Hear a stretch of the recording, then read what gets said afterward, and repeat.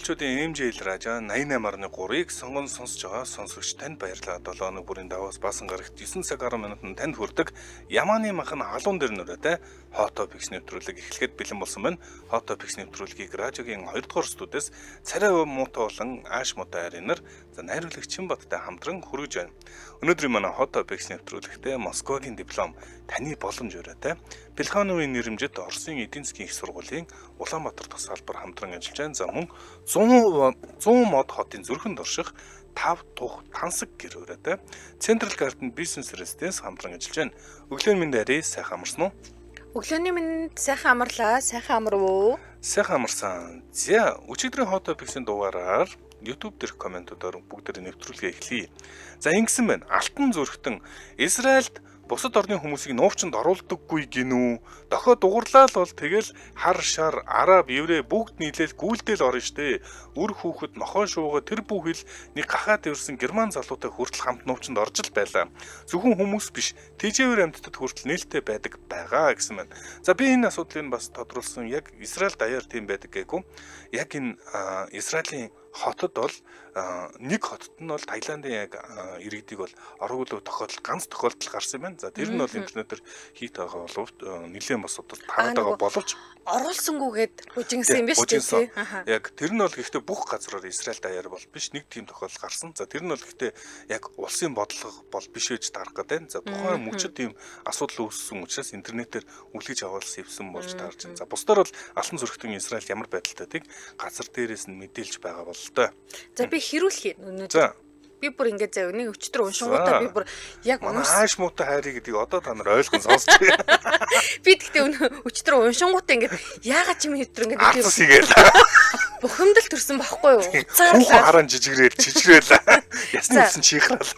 Монгол 57 77. За уучлаарай би сэтгэлээ чинь би бүр үнэхээр уншина. За болооч дээ. Ялагдсан бол ялагдал, хожигдсан бол хожигдол шүү Монголд. Ялсан юм шиг ялагдал бараг л ялсан ч гих шиг битгий юм худлаа хөөргөж байгаач ингэж нус халдаахгүй хөөргөд байл хөгжихгүй штэ наад хөгтөв чинь за уучлаарай хөгжөөд байна. Дэлхийд дээр харж штэ. За ёо. Өөр чинь хэлээд.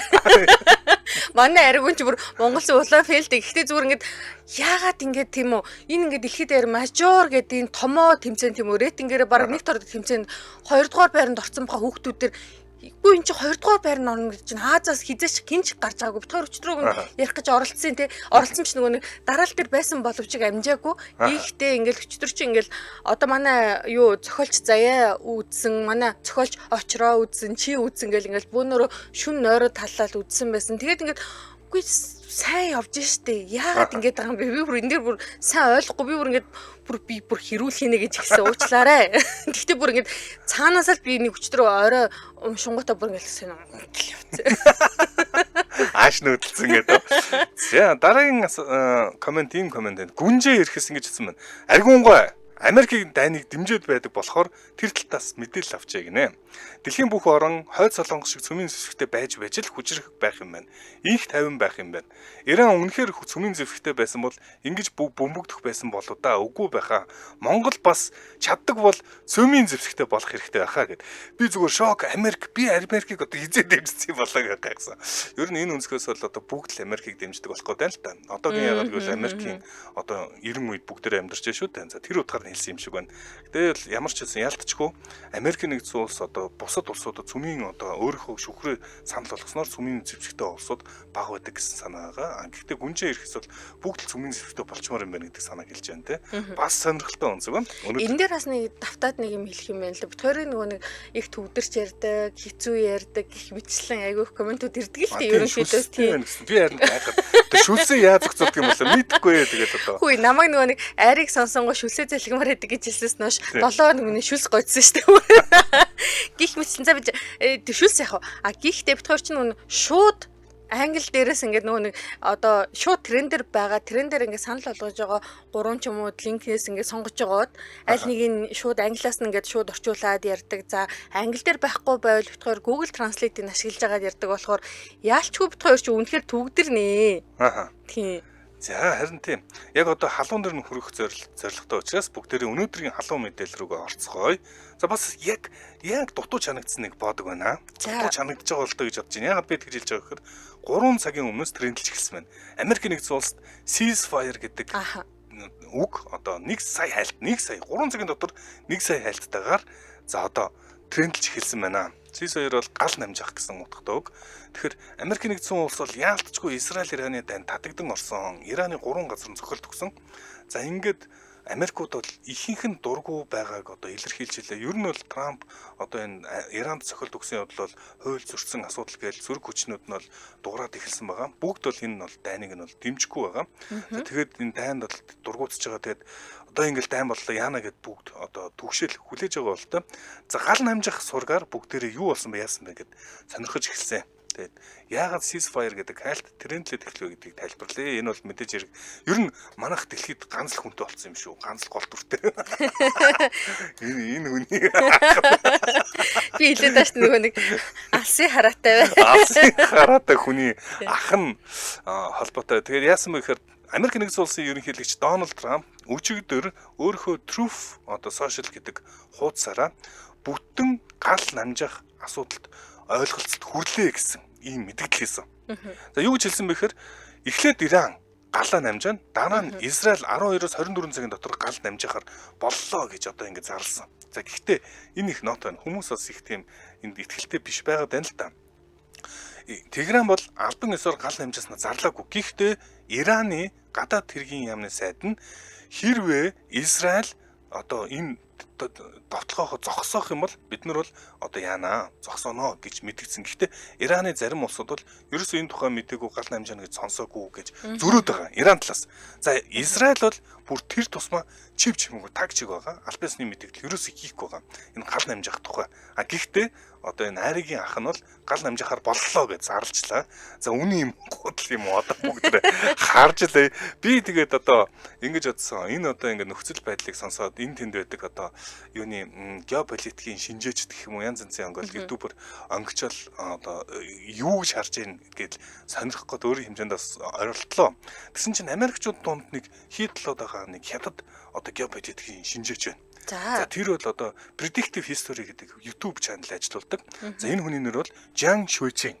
За энэ Бээжингээс судалсан юм геополитикч яагаад хүмүүсийн дунд одоо хийд болоод байгаа вэ гэхээр энэ одоо Иранд цохилт өгөх явдлыг бүр дэндүү наривчлалтаар бүр аимшигтай санагдмаар наривчлалтаар жилийн өмнө одоо зүгэнжсэн байгаа.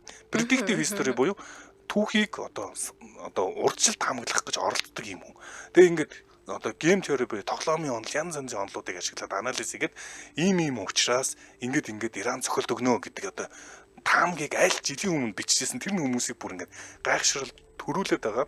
Zhang Shuiqing гэдэг энэ хүн бас энэ асуудал дээр Иранд одоо сүүл цохилт өгсөн асуудал дээр бас юугаа видео оруулсан байлаа.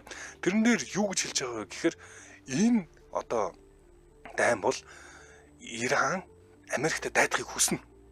Яагаад гэвэл Ираны засгийн газар өөрөөсөө маш хэцүү нөхцөл байдалд байгаа. Дотоодын одоо авилгал хэл ахуулаас болоод дотоодын хүмүүс амнаас болоод улс үндэстэн нийгмэл биш байгаа. За энэний эсрэг Америк хэрвээ дайдах юм бол одоо энэний эсрэг нэгднэ. Тэгэхээр Иран бол Америкт байлдахыг хүснэ. Тэр дээргүй Америк Иранд одоо явган цэргээ оруулаач эднэс бол одоо Америк дийлэхгүй. Тэгэхээр энэ бол Иранд ашигтай учраас зодтолт гэж оролдох байхаа гэж одоо хэлж илээ. За тэгээд цаашдаа юу гэж таамаглаж байгаа вэ гэхээр Трамп энэ шиг одоо дан цэргээ оруулна. За тэгээд энийг эсэргүүцсэн хүнээс болоод Америк нэгдсэн улсад иргэний дайн болж магадгүй гэсэн ийм сонин таамаглалуудыг бас төвшүүлж илээ. За мэдгүй одоо бүгдээрээ харж илээ. Тэрийг нь би одоо Predictive History гэдэг YouTube channel-аас зүгээр татаад оруулаад ирээд ярьлаа шүү. Сонирхолтой санагдаад. За тэгээд яагаад гал намжих гэрээ бас яг болсон үгүй юу гэдэгт эргэлзэх шалтгаан байгаа вэ гэхээр Иран өчигдөрхөн Катард байдаг Америк нэгдсэн улсын цэргийн баазад цохилт өгсөн. Цохилт өгсөн. За тэгээ энэ ингээд зөрчилдөд байгаа байхгүй юу? 3 цагийн өмнө Трамп одоо гал намжих Twitter дээрээ мэдээлэл хийсэн. Гал намжих гэрээ одоо байгуулчлаа гэсэн чинь цаана өөрсдийнх нь баазыг нь Иран дэлбэлжлээдэг. Ийм байдалтай ингээд зөрчилдөөн гараад байна. Iran Attacks US Base гэдэг хальт 500 мянган хальтгаар 8 цагийн өмнөөс трендлж эхэлсэн байна. За ийм нөхцөл байдалтай за Аригийн ахыг харахал үлдлээ гэдэг. Яг нөгөө ах маань Яста маань гэдэг бүр дунд орсон. Хүй, манай агчдын ч угаасаа би хэлсэн шүү дээ. Яагаад би энэ олон төрийн тэргүүнүүд дундаас би яагаад Трампыг сонгосон гэж юу н бодож байна. Алсын хараа. Wisdom. Ах гэдэг чинь алсын хараа гэдэг үгийн товчлол юм уу? За хамтран ажиллагч ярьчаад би хөрвүүлээ. За тэгээ. За Москвагийн диплом таны боломж Плехановын нэрмжит Оросын эдийн засгийн сургуулийн Улаанбаатар дахь салбар манай нэвтрүүлэгтэй хамтран ажиллаж байна. За Плехановын нэрмжит Оросын эдийн засгийн сургуулийн талаар бид хоёр ингээд танилцуулж байгаа. За Плеханов гэдэг сургуулийг бид нар сайн мэднэ. Орос 14 хажуудад санагдаад байна. Маш ойрхон. За Оросын холбооны улсын топ 100 сургуулийн тоонд ордог. Анх 1907 онд байгуулагдсан 118 жилийн түүхтэй ууган улсын сургуулаа. За тэгвэл манай Улаанбаатар дахь одоо салбар нь нэгдээд байгуулагдаад 25 жил болж байгаа. Гадаадд болон Оросын холбооны улсад нийт 15 салбартай. Отгон салбар нь гэхэд 2024 онд Дубайд нэгдсэн. Тэгэхээр бид нар чинь нөгөө Монголд баг дунд гээл ингээл дээд гээл янз бүрийн ингээл сургуулиуд байдаг шүү дээ. За тэгэх юм бол тусдаа ингээл байгаад байдаг. Тэгэх юм бол Плеханов болохоор цор ганцаархна баг дунд дээд боловсролыг олгож байгаа байгууллага гэдгээр бас онцлогтой.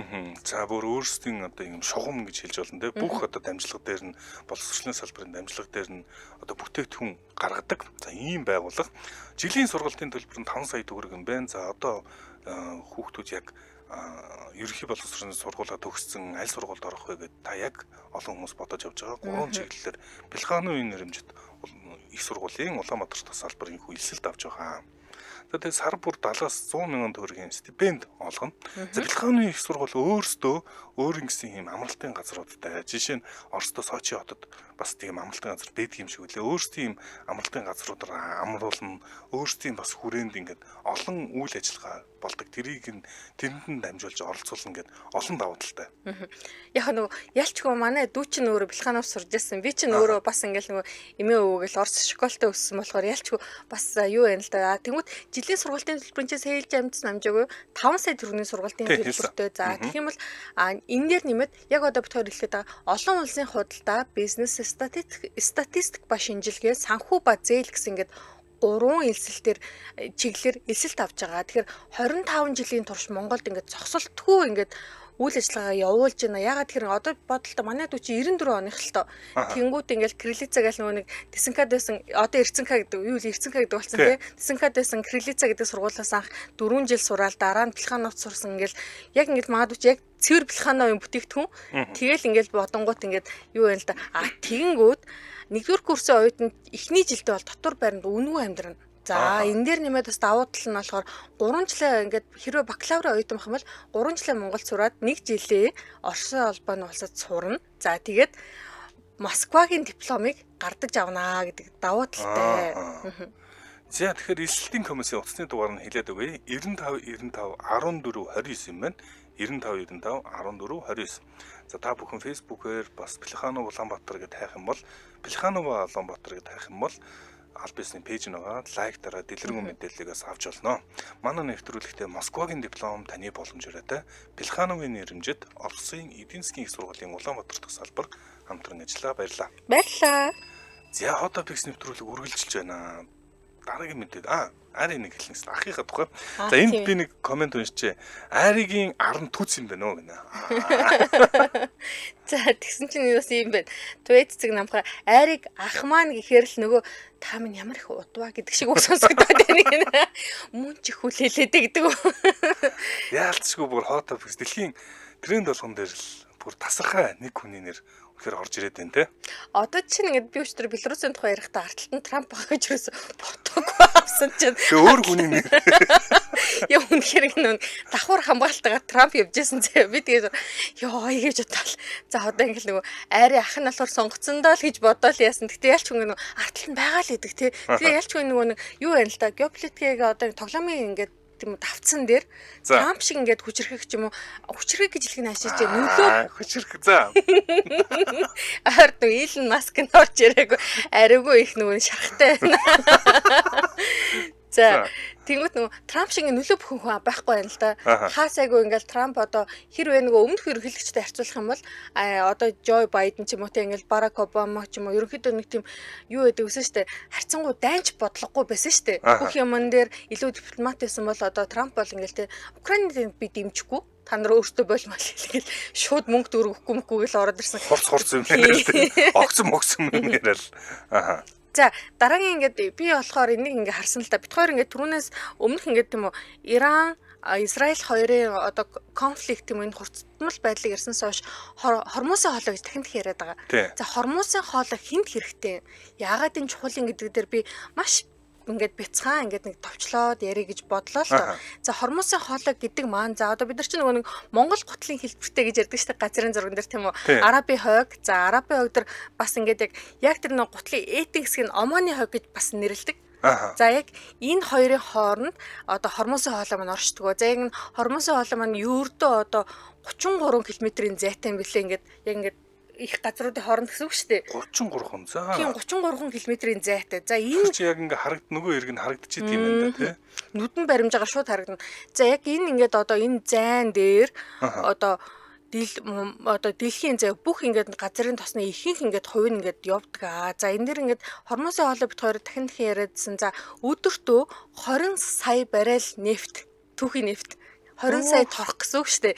20 сая гэдэг чинь бас ингээд бага одоо юу биш зэ. Гэсэн чинь өнөөдөр ингээд биш тоош өмнө ингээд нэг ярьжсэн юун дээр би Америк нэгдсэн улс нөгөө нэг те ойрхон дорнодын орнуудаас хүмүүсийг татчихлаа гэж тэгсэн чинь шууд нефтийн үн 4% болоод 4%-аар өссөн. Тэгсэн чинь яг одоогийн байдлаар ингээд энэ тэндээсээ би эндээ ингээд хандсан цогцолтын дараа 10% болоо өссөн байна л да. 10% болоод өссөн маань 60-аас 75 Америк доллар хэмжигдэж байна яг одоогийн байдлаар. Тэгэнгүүт би одоо яг би 2014 он маш сайн санддаг байхгүй юу? Нэг өглөө ажилдаа ирсэн чинь шууд нөгөө нэг одоо Украины одоо тэ Киев хотын төв талбай дээр дай эхэлсэн байсан.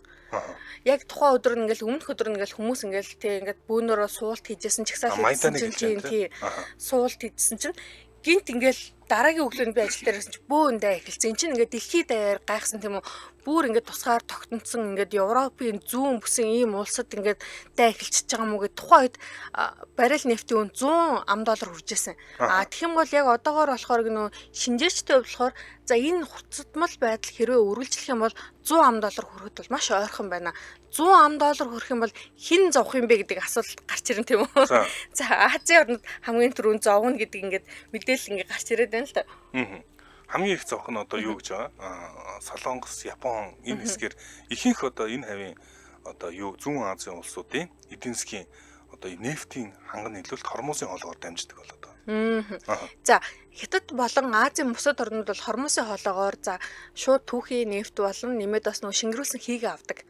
За тэгэх юм бол одоо жишээ нь яг ингээд Ираны одоо газрын тосыг хамгийн ихээр худалдаж авдаг улс нь Хятад байд юм байна. Өдөртөө 5.4 сая баррел гэж бодохоор бүр маш их хэмжээгээр худалдаж авдаг. За араас нь ингээд өмнөд Солонгос улс болохоор 2.1, за араас нь энэтхэг улс 1.7 сая баррел гэж гих мэтчлэн явж байгаа. Тэгвэл энэ улсууд ирэх ашиг яг арталт нь яригдана. Ягаад тэгэхээр тогтмол аваад ирэх чинь хэрэгцээ нь байгаа даа. Байхгүй ингээд энэ ингээ хэрэг хормосын хоолой хаагдчих юм бол байхгүй болчихно. За энэ дэр нэмэгдээд бас Америкийн нэгдсэн улс Европын орнууд яригдан. За Америкийн нэгдсэн улс болон Европын орнууд дээр болохоор 400,000-аас 500,000 баррелыг бол авдаг гэж ярьж илээ. Гэсэн чинь яг энэ үеэр одоо юу яасан л та нөгөө Аятолла Аль Хаменей буюу Ираны одоо суприм удирдагч яриад шүү дээ. Дээд удирдагч маань хормосын хоолойг бид нар хаана гэдэг мэдээлэл хийгээд за ингээд дэлхийд даяараа хэрвээ хормосын хоолой хаагдах юм бол нэгдүгээр Азийн орнуудад хэцүү болно. Азийн орнууд хэцүү болох юм бол ингээд нөгөө одоо бид нар ч нөгөө хэлдэг ш давлгаат эффект гэж яриад байдаг тий.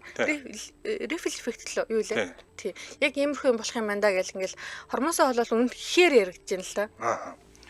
За Батбаяр Бата гэсэн мэн эмэгтэй хари Холливуудын янаг амаргийн явдлыг орчуулдаг хэлмэрчдүүдийнх юм биш.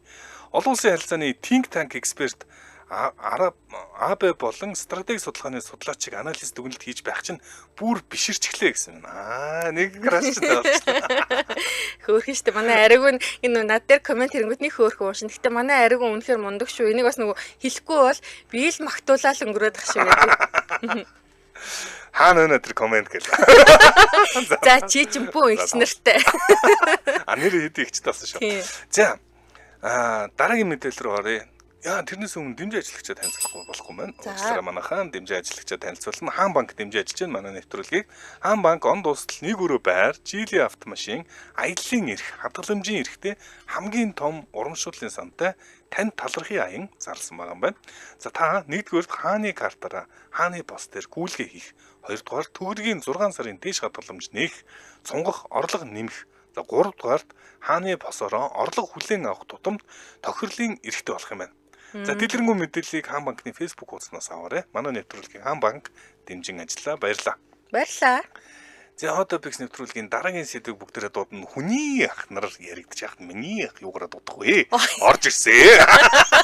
Хүний ах гэж бас. Би бүр атархад болдгоо.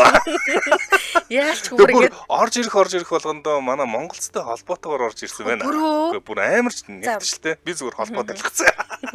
За сая Монгол золбиг угаасаа бүх дөрөв мөчөөрөө дэмжинэ.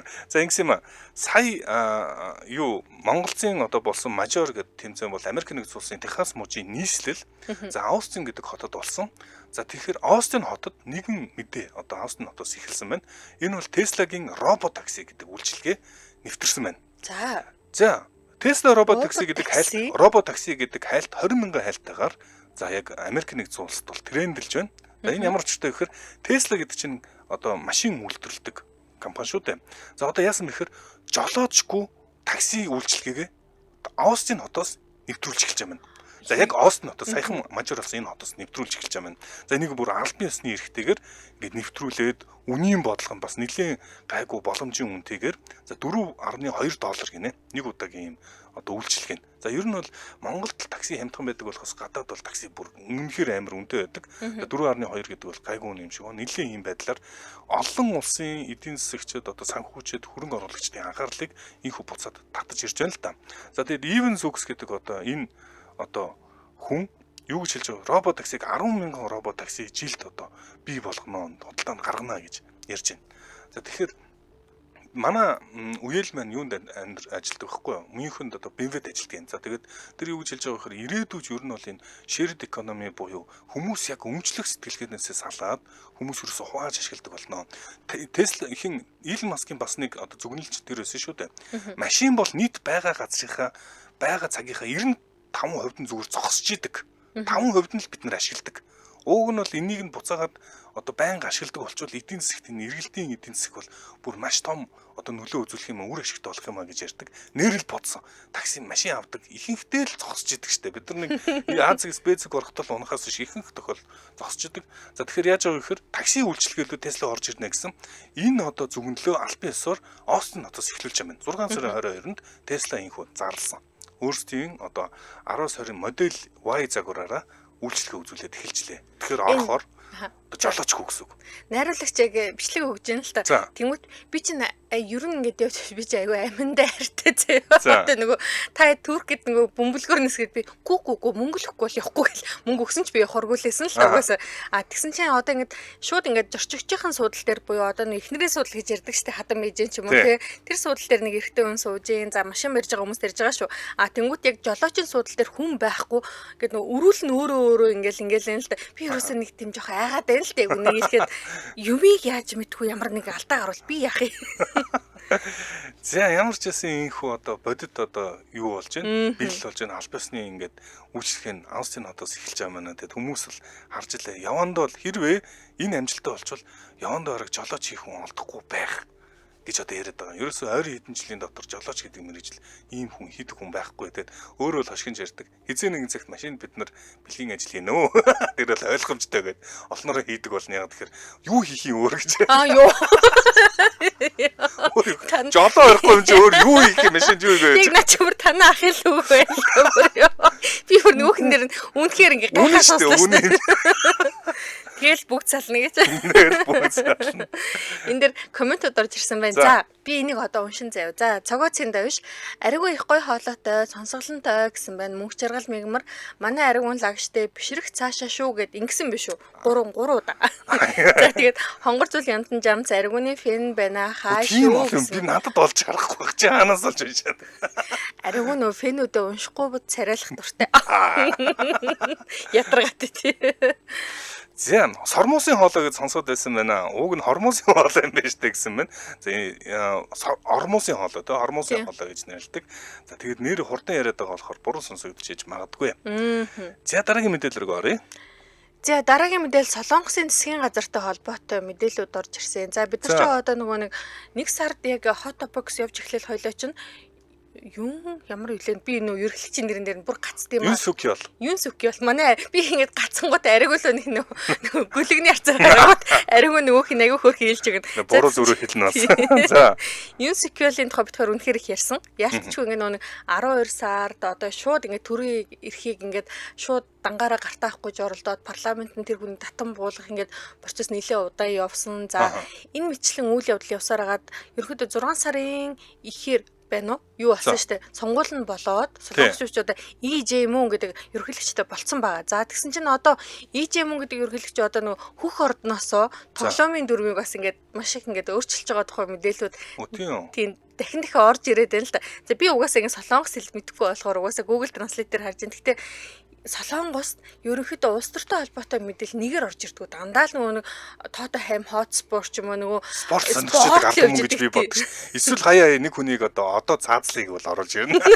Ер нь нэг тийм хандлага байгаад байдаг. Тэгсэн чинь ингэж байна. За яг ингээд яг одоогийн байдлаар одоо Кюн Хён ч юм уу Шимүн гэдэг энэ сонин дээр ингээд гарчээ. За энэ мэдээлэл дээр юу гэсэн бэ гэхээр одоо EJ-мон ерөнхийлөгч маань яг одоогоор нэг эмгтэй сайдтай нийлэн дээр дороо оролцоод байгаа юм. За энэ ямар сайд вэ гэхээр хөдөө аж ахуй, хүнс болон хөдөөгийн үйл хэргийг эрхэлсэн сайд Сон Мэйлийн гэдэг сайд юм байна. Сон Мэйлийн гэж би одоо англиар л уншиж байгаа шүү манайха. Тэгэхээр энэ сайд маань яагаад ингээд шууд аваа ицсэнгүй, солилсонгүй. Гэхдээ Сон Мэйлийн гэдэг энэ сайттай болохоор ингээд чиний ингээд тийм улс төрийн ямар фракц огч надад хамаагүй.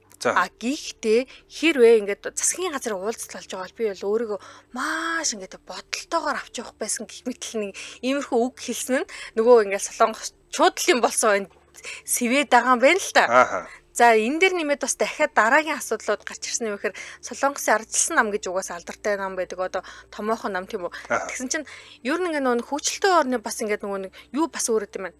Сайдын одоо юу гэдэг яам нь өөр юутай гэсэн чинь яг одоо болохоор 47 настай Кан Сон Ву гэдэг ингээд эмэгтэйгийн талаар яригдж л дээ. Энэ сайд одоо энэ эмэгтэй юун дээр ингээд холбоотой вэ гэхээр гэр бүл болон хүүсийн тэгш байдлын яамны сайд дээр яригдаад за нэг ялангуяа одоо EJ мөн гэдэг одоо ерөнхийлөгч маань өөрийнхөө ингээд засгийн газар томилж байгаа ингээд засгийн газартаа яг энэ яаман дээр эмхтэй хүн амаар нэгдэг байр суурь илэрхийлсэн юм байна л да. Тэгсэн чинь нөгөө эхлээл нөгөө нэг энчэнтэй ингээд тоглоомын дүрм өөрөөрөө зохиож ингээд нүдэдсэн чинь дараагийн мэдээлэл нь гараад ирсэн. Тэнгүүт эмхтэй хүн авах гэж байгаа байх гэж ингээд дараалал ингээд хоорондоо ингээд бичлээ яхан хүмүүс ингээд сонирхоод байгаа юм л да. Эхлээл нөгөө нэг яг ингээд хуучны ингээд нэг стил яваад байна уу да гэж хараадсэн чинь дараагийнх нь за хүүсийн тэгш байдал гэр бүлийн яаман дээр эмхтэй хүн авах гэж байгаа юм. За окей гэж хэлж харж л байгаа юм шиг байна л та. За ер нь бол томилхоо нэлээд бас хурц ширүүн бас тиймэрхүү яриатай л явж байгаа юм халуухан л байгаа юм байна те. За манай нэвтрүүлэгтээ 100 мод хотын зүрхэнд орших 5 тух тансаг гэр Central Garden Business Residence хамтран ажиллаж байна. За энэ 100 модын зүрхэнд орших 5 тухтай тансаг гэр гэдэг энэ дээр би бүр үнэхээр ингээ нөгөө захирлын нэр жуулсан бид нартэй одоо нөгөө нэг одоо манай аригуун байсан үлдээ харьцсан байж таарсан. Тэгэхэд би ингээ уулзсан готоо шууд ингээ бодсон байхгүй. Улаанбаатар бол үнэхээр ингээ нөгөө эцсийн зогсоол биш гэдэг шиг бид нар ингээ 80 жилиндээ тийм үү 100 жил шаваад ээж барахгүй бид нар тэлнэ. Яалч хүн ам нэмэгдэх ирээр тийм үү. Тийм бол одоо ингээд Төв аймгийн засаг даргын тамгийн газрын захиалгаар баригдж байгаа Central Garden гэдэг барилгыг битгаар яг танилцуулах гэж байна л да. За тэгэхээр ингээд бүрэн зутгамал хийцлээл металл шилэн хослсон орчин үеийн фасадтаагаас гадна зис голтойгоо цэвэр усны уян хоолоогоор холбогдсон нарны эрчим хүчээр нийтийн эзэмшлийн хэрэгцээг хангах ухаалаг шийдлийг нэвтрүүлсэн нэмээд бас 3 дахь Герман стандартын цонхтой улсын сургууль цэцэрлэгэнд иргэдээ бас доороо бас нөгөө юутай худалдааны төвхтэй ийм ингээд ерөнхийдөө нөгөө хүний хэрэгцээ бүрэн хангагдсан нохоон битүүтураа ногоон хурганы арснаас бус бүх юм л байгаа ийм гардны битүүр танилцуулах гэж байна. За улсын цэцэрлэг дэрэгдээ хүмүүн зохицолбор сургуультай ийм сургууль мургуул хүртэм сайтай ийм бүтээн байгуулалт юм байна. За тэгэд өрөөний сонголт бол маш ариун. 1-ээс 2 3 4 2 3 5 мөрөө ийм сонголттой. За хамгийн бага нь одоо жижигээр авч бас болно шүү дээ хүмүүс. Одоо нөхцлөөс хамаарат те 1 өрөө нь 29 м2 бол 5 өрөө нь 145 м2 хүртэл сонголттой. Ийм одоо бүтээн байгуулалт 2026 оны 2 дугаар улиралд ашиглалтанд орох юм байна. А блок нь. За тэгэхээр 100 мод хотынхоо А бүстэнд барилж байгаа. Тэгээд нэмээд одоо энэ чинь цэнгийг агаартай, тав тухтай амьдралын орчин бүрдүүлж байгаа. Тэгээд нэмээд орчин үеийн архитектурын шийдлүүдийг шингээсэн тоглог таатай орчин санал болгож байгаа. За хамгийн гол нь бид нар чинь ингээл нөгөө байр ч юм уу те нэмэлт ингээд ямар нэгэн байдлаар ингээд өөр ингэсэн үйл хөдлөх хөрөнгөтэй болонгууд орлогоо нотл нөгөө банкнаас зээл авах чадамжтай гэдгийг нотлохын тулд баян байх хэрэгтэй гэж хэлдэг шүү дээ. Банкнаас зээл авах боломжтой гэдгийг тэнгууд орлого нотлохгүй. Урьдчилгаа бол 30-аас 70% нэмээд компани хүүгүй хувь лизингтэй. За тэгээд малчтад зориулсан бас лизингийн үйлчлэгтэй. Тэгэхээр ингээд хэрвээ малчин байгаа тий ингээд малаараа ингээд малын орлого гэж байдаг шүү дээ. Одоо манай P-ондоос идэг тийм үү. Гэх мэтлэн ингээд таатай бүх нөхцөл бүх банкны ипотекийн зээл болон ногоон зээлээр байртай болох боломжтой. За ер нь бол утаатай төвчрэлтэй энэ асуудлыг хаана байх вэ гэж бас боддог. Төв аймгийн 100 мод бол яалтчгүй бас үнэхээр супер сонголт. За үнэхээр сайн сургууль байдаг бол нүүчээ гэж бас боддог байсан шүү. Тэгэхээр ийм бас боломжууд нэгдэж байна. Та бүхэн 76 70 гэдэг утасны дугаараар холбогдоод дэлгэрэнгүй мэдээлэл аваараа борлуулалтын албатай шууд холбогдоорой. 76 70. За мөн 95 62 70 95 74 70 гэдэг утасны дугаарууд байна. 100 мод хотын зүрхэнд орших 5 тух Тансаг гэр Central Garden Business Residence манай нэвтрүүлэгтээ хамтран ажиллаа. Баярлалаа. Баярлалаа. За дараагийн мэдээлэл рүүгээ бүгдээр орно. Хоото бас. Энэ чинь чи сая ярьсан уу? Би ярьлаа. Би ярих одоо. За дараагийн мэдээлэл болохоор Amanda Bynes гэдэг нэр ингээд бүр би ингээд эхлээ за Amanda Bynes-ийн талаар саяхан нэг ярьсан даа гэж бодоод авахгүй байгаадсэн чинь үнэхээр дахин орж ирээд байна л да. Яагаад тэр харин Их Британд 2000 хайлтаар Их Британд л явж байгаа юм байна гэсэн чинь Америкт 50,000 хайлтаар ороод ирсэн байна шүү дээ. Amanda Bynes. Би бас өчтөр ингээ харчаад Amanda Bynes-гүүд нь сайхан ярьсан юм чинь гэж одоо тоохгүй чинь өнөө өглөө харсан чинь дахиад нэмэгдээд ороод ирсэн бахаар за яалчгүй ингээ хүмүүс ярьж байна. За Amanda Bynes гэдэг одоо яг ингээд найруулах зураг нөхцөн байна л да ингээд одоо баруун зүүн хацар дээрээ зүрхний шивээстэй за хамран цоорхой одоо хөмсгөө шивүүлсэн ингээд үсээ цайлгцсан энэ бүсгүйг бид нэр бас олон хүүхд одоо өсвөр насныхын зориулсан киногоор нь мэдэн тийм үү. Одоо би крашлдаг байсан нэр ингэсэн. Нэр ингэсэн. Ер нь эмэгтэй хүмүүсийн крашлдаг. Amanda Bynes-ыг бүр ингээ хараад ёо гэж боддог байсан. Ямар гонигтай ч юм бэ те. Аргууны ман краш. Яс. За. Яг үгүй. Би цаашид тийм алсын хараагүй. Үгүй яг Amanda Bynes-ыг би бодохоор ингээ өрөвдөөд идэг л да. Үнэхээр Холливуудад үнэхээр мандсан. Маш гоё явж исэн энэ жүжигчин маань ингээд магадгүй гэр бүлийн хараа хянал ч юм уу те ингээд багаасаа од болцсон тэнгүүт хин ч ингээд нөгөө хайрлаж хямгадахгүй хайрлахгүй ингээд хамгаалахгүй байсан болохоор яг одоо болохоор сүүлийн үед ингээд цэцэгдэжсэн мэдээлэлээр энэ хүн чи одоо маникюр хийдэг маникюр педикюр хийж байгаа нөгөө амьдралаа орлогоо залгуулахын тулд за тэгсэн чинь Amanda Bynes ягаад ингээд трендээр ороод ирчихвэ би бүр ингээд бодлоо л да иш бурхан минь хүчээгүй байгаа даа гэж үнэхээр бодсон тэгээ орсон чинь Ozempic хэрглэж эхэлж байгаа юм байна. Ozempic хэрэглэн гэдгийг зарлаад байсан тий.